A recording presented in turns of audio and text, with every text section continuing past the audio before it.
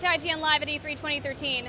Now, this is normally where I'd plug one of IGN's many E3 promos, but instead, I'm just going to stare and smile at you for a second. Alrighty, coming up now is a return to an awesome PC franchise from the past. Ubisoft is giving a next-gen reboot to Thief. So let's check it a look. Let's have a look. Thanks, Naomi. We are going to get a good look at Thief right now. Daniel was kind enough to bring the game by the IGN booth here at My pleasure, E3 man. My pleasure. 2013.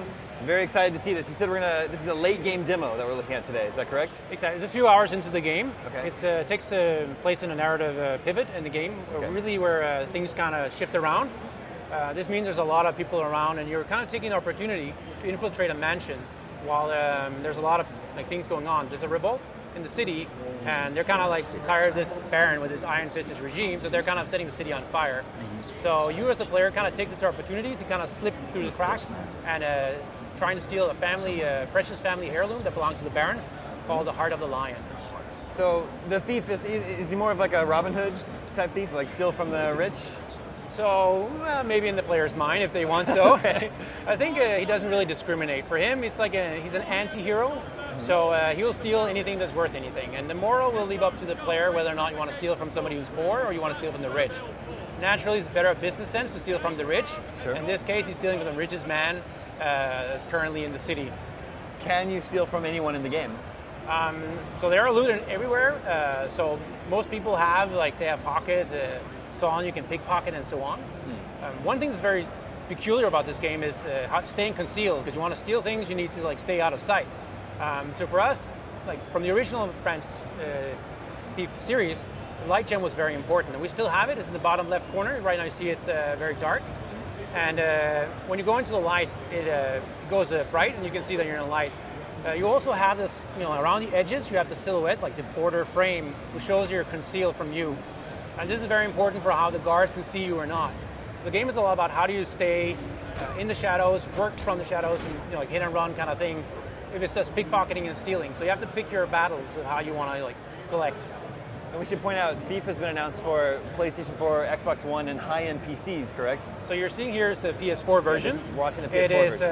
It's announced for high-end PCs, PS4 and Xbox One, and it's going to be released in 2014 next year. It obviously looks very nice. This is, of course, a working progress build, Sure. so it's not. The quality doesn't represent the final quality. But it already looks really good. I think the guys did a really great job. So what you see here is also you saw the focus. The focus is ability, like a distorted view, like a blue, like a gray tinted, like a perspective. And what's important with this is something that's completely optional to the game. You can disable it completely from the menu before playing the game at all. So it's not mandatory, but it does give certain players, if they want to, have an ace card. When everything falls apart, you have that to fall back on. And that way you can, for example, you just saw here, you can see use it to scout where are the enemies, where are the opportunities, what is interactive. So it gives a small hint of what you can do in this area. So how can we tell our objective, where we need to get to? So for more, let's call it old school players, okay, they want to just go with it. They just want to go with the narrative drive. What am I doing here? They will really get into the story. So you don't see any icons here over the guards. You don't see objective markers, the whole thing. That's because it's optional. Okay. By default, depending on difficulty, it might be on. So you see an icon somewhere in the, that's where you need to go. Or you see icons over the AI where it says, okay, these are in calm state or more aggressive state. But in this particular running here, we'll just disable all of it, just to show that you don't have to have it on. So what you also saw here was a small dash. The dash is like a small, we call it the swoop, which enables you to traverse small spaces, sideways, backways, to really get around guards, manipulate them, get out, jump from shadow to shadow. Really gets a lot of maneuverability. It also has a lot of tools about what tools do you bring and how do you use it. In this case, you see the fire arrow. In this case, we can torch these guys up. It's standing in a flammable liquid, naturally. We're going to torch these guys up. I think we're just going to go with a more stealthy approach. Chose not to. Yeah, we chose not. It is a stealth game, but you can play it very aggressively. Okay. Because if you had, set fire on these guys, you would still have done it from the shadow. They wouldn't know where you were, and they would have to start finding you. Right. So still, even though you can play very aggressively, it's still a stealth approach you have to. You just run into the light, you're not going to last very long. So we're collecting a lot of money here. Will we get a chance to spend that? Well, that's what money is for. But right. also remember, it's a lot about like the glory of how good are you? Okay. Like that's kind of the challenge. How do you get all the loot? How are you better than other players? That kind of thing. Is there a way of there's a way of measuring yourself how good you are at this as well? I know there's kind of a reward in picking the pockets of all the guards. So when you leave the area, none of them had any money left. It's just had the satisfaction of just doing that. You robbed them all blind. Sorry? You robbed them all blind. Exactly. That has a different, completely different kind of reward for players. So you saw he turned off the water inside a little room here. It's enabled him to now. Used to be a water fountain here, a waterfall, and now it's gone. So using this, he can now climb up here without making any sound, since surfaces make a very big difference in how he progresses. And so you have to look for environmental interactions to also modify the benefits that you have. And here you can also use focus, if you have it enabled, of course, to see approximately what you have to be aware of. We're not giving you a lot of information, just enough for you to kind of feel where you have to be careful. And being a stealth game is also very important to have a lot of tricks, a lot of like exploration, clues, what are you going to do, especially for the people who don't want navigation markers and so on. What you also saw here, if you want to speed things up in terms of pickpocketing, you can use your focus pickpocket to just spend a resource to do it faster. But it does have a cost. And both health and your focus resource do not auto-regenerate. So you kind of have to find consumables to replenish it if you really want to. For example, this poppy here. Picking flowers is always a pretty thing, right? Sure. Don't you use the flowers to replenish your focus? Is that right? Exactly. Okay. And then you can find health pickups that are more towards your, or the food pickups that are more towards the regaining health if you lost health during combat or something similar. So we have a combat system.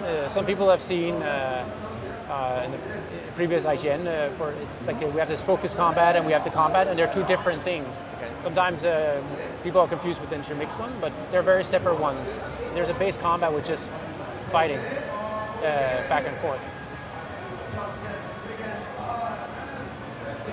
So it's pretty bright out here in this courtyard. So you have to remember what you're seeing is from like the player's perspective, and he's a very good night vision. So sometimes you see more than you think the guards would actually see. And here, if you had run on stonework, they would have heard you run. But since we were running on grass, now you can just run across the patch without. So now they kind of saw something at the edge of their the peripheral. They're like, "Was something there?" How are you? What are you using to put out the fires? So, code name we had some other names for it, dry eyes and other things. Oh, by the way, we have a next-gen dog too. Excellent. Take that, Ghost. So we tried some different names, but again, water arrow was just just couldn't get away from it. It was just something we had to do. We had to keep.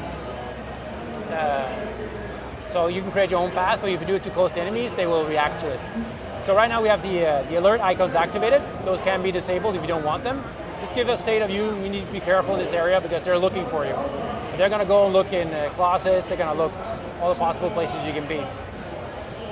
So it is a kind of a multipath game. It is a multipath game.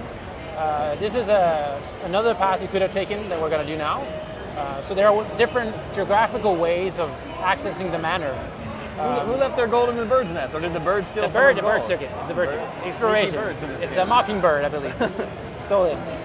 So you gotta look around. We want a little story around the loot. How did it get there? Did they have a party and they dropped a chalice somewhere? So there's a lot of loot, and you're not even remotely close to picking all of them in this one. But there's a lot of loot everywhere, and you just have to kind of be creative and kind of find out the crooks and nannies to really find the loot ones. It seems like there's a lot of verticality in the level. There's a lot of verticality, but it's also a lot about getting close to the guy if you want to pickpocket them and so on. So there's a lot of different things that really make it a lot of different from other games, right? We don't want to make too much verticality. We don't want it to be too flat on the ground. We want a good combination of if you find that verticality, it really empowers the player. Of course, we also have the lockpick. The lockpick is essential for a thief game, right? Sure. And here you're trying to align the tumblers inside. If you wanted to speed it up, you can do the focus lockpick, which costs a little resource, but it will speed up the process and it will you know, if you have guards behind you and you just want to speed it up, that's Right. that's kind of what your fallback strategy is. So we made it into the manor, and we survived, and that's awesome. Is that the end of that level, or? No, the level is a lot bigger, but for now, this is what we're showing, and I think it shows the core essence of the DNA of Thief is still very much there. Very focused on the stealth, and again, you could play this level in a lot of different ways. Yeah. This was kind of a mixed things, but if you want to go completely ghost, that's you could do that, Sure. or you want to do completely aggressive from the shadows, that's also an option. I know it's early, but it's already looking very good. I'm excited you. for it. Yeah. It's Thanks a lot for bringing it by today, Daniel. Thank you. Thief will be out for high-end PCs, PlayStation 4, and Xbox One next year. Back to you, Naomi. Thanks for the demo, Damon. So, did Thief just steal your heart away? I don't know, definitely stole mine. Be sure to vote for your game of show at go.ign.com/E3 People's Choice. We'll reveal the winner on Thursday, and speaking of hopeful winners, our next game is the sequel to the critically acclaimed Dark Souls. Dark Souls 2 is next.